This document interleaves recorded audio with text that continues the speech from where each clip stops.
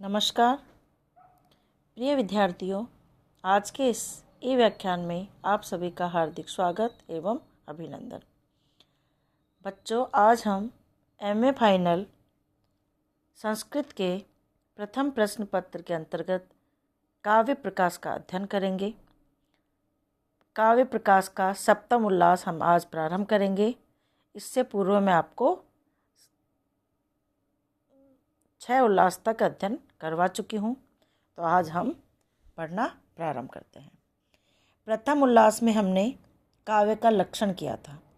उसके बाद छठे उल्लास तक काव्य के भेदोपभेदों का वर्णन कर काव्य लक्षण की ही अब तक व्याख्या करने का प्रयत्न किया गया है।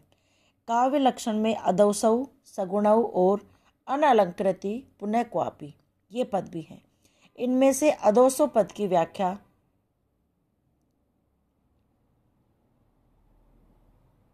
के लिए पहले दोषों के स्वरूप का वर्णन।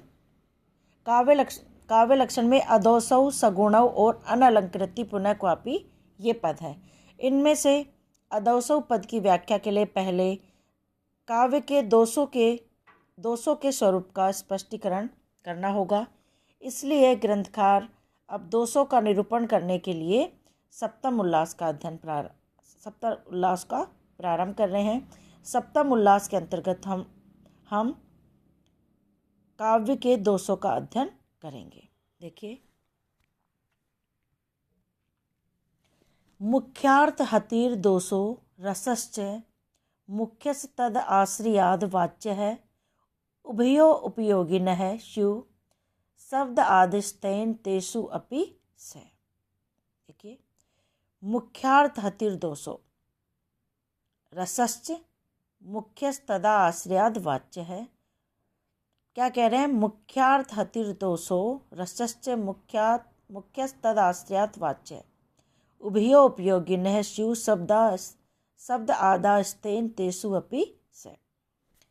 मुख्यार्थ पद का मुख्यार्थ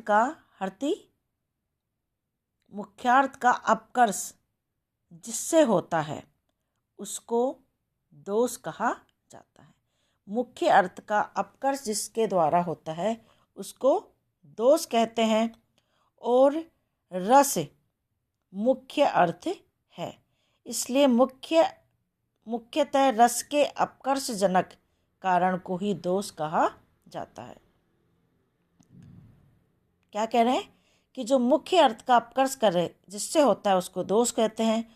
और मुख्य जो है वो रस जो है वो मुख्य अर्थ है, इसलिए मुख्यतः रस के अपकर्षजनक कारण को ही दोष कहा जाता है। परंतु उसका रस का आश्रय होने से वाच्य भी मुख्य अर्थ कहा जाता है। रस का आश्रय होने से वाच्य अर्थ भी है, उसको भी मुख्य अर्थ ही कहा जाता है, कहलाता है। इसलिए रस के साथ चमत्कारी वाच्य का अपकर्ष कारक भी दोष ही कहलाता है, उसको अर्थ दोष कहते हैं। उभयो उपयोगिनः स्युः शब्द आदस्तेन तेषु अपि से। इसलिए शब्द आदि अर्थात रस तथा वाच्यार्थ, शब्द आदि रस तथा वाच्यार्थ इन उभयो उपयोगिनः दोनों के उपकारक, दोनों के बोधन में उपकारक या सहायक होते हैं, इसलिए उनमें भी वह दोष रहता है और वह पद दोष कहलाता है। तो क्या बताना चाह रहे हैं कि जो मुख्य अर्थ का जिसके कारण अपकर्ष होता है उसे दोष कहते हैं। रस जो है मुख्य अर्थ होता है, इसलिए मुख्यतः रस के अपकर्षजनक कारण को ही दोष कहा जाता है। परंतु उसका किसका रस का आश्रय होने से वाच्य अर्थ भी मुख्य अर्थ ही कहलाता है, इसलिए रस के साथ चमत्कारी वाच्य का अपकर्ष कारक भी दोष ही कहलाता है, उसको अर्थ दोष कहते हैं। इस प्रकार रस तथा वाच्यार्थ इन दोनों के बोधन में उपकारक सहायक शब्द आदि रस तथा वाच्यार्थ इन दोनों के बोधन में सहायक होते हैं, इसलिए उनमें भी वह दोष रहता है और वह पद दोष कहलाता है।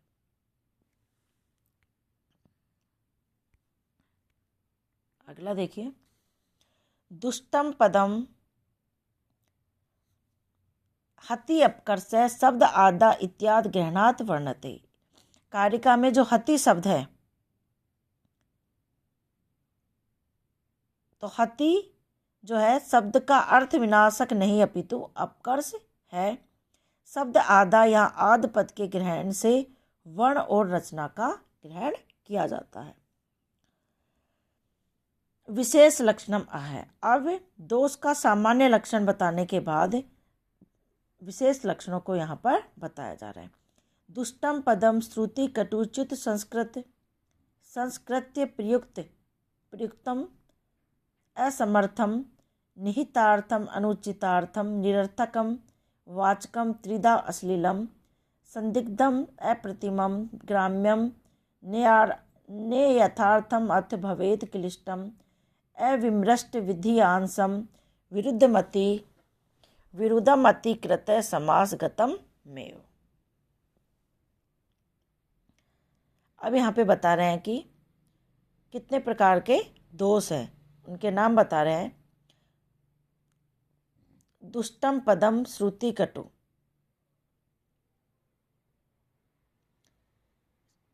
श्रुति कटु, च्युत संस्कार, अप्रयुक्त, असमर्थ, निहितार्थ, अनुचितार्थ, निरर्थक, अवाचक और तीन प्रकार त्रिधा अश्लीलम, तीन प्रकार का अश्लील, संदिग्धम संदिग्ध, अप्रतीतम अप्रतीत, ग्राम्यम ग्राम्य, नेयार्थम नेयार्थ। ये दोष पदगत एवं समासगत दोनों प्रकार के होते हैं। क्लिष्टम अविमृष्ट विधियांश विरुद्धम मृतिकृत, ये तीन दोष केवल समास में होते हैं। तो इस प्रकार यहाँ पे मुख्य दोषों के बारे में बता दिया गया है कि श्रुति कटुचित संस्कार, अप्रयुक्त, असमर्थ, निहितार्थ, अनुचितार्थ, निरर्थक, अवाचक, तीन प्रकार के अश्लील, संदिग्ध, अप्रतीत, ग्राम्य, नेयार्थ, क्लिष्ट, अविमृष्ट विधियांश, विरुद्धमतिकृत, ये तीन दोष केवल समास में होते हैं।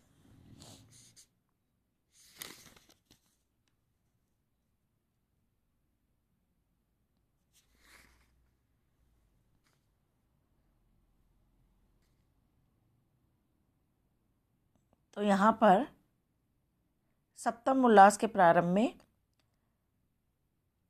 बताया गया है कि दोष किसे कहते हैं। तो जो मुख्य अर्थ का अपकर्ष करने वाले होते हैं उन्हें दोष कहा जाता है। मुख्य अर्थ से तात्पर्य यहाँ पे रस है, जो कि मुख्य अर्थ कहलाता है।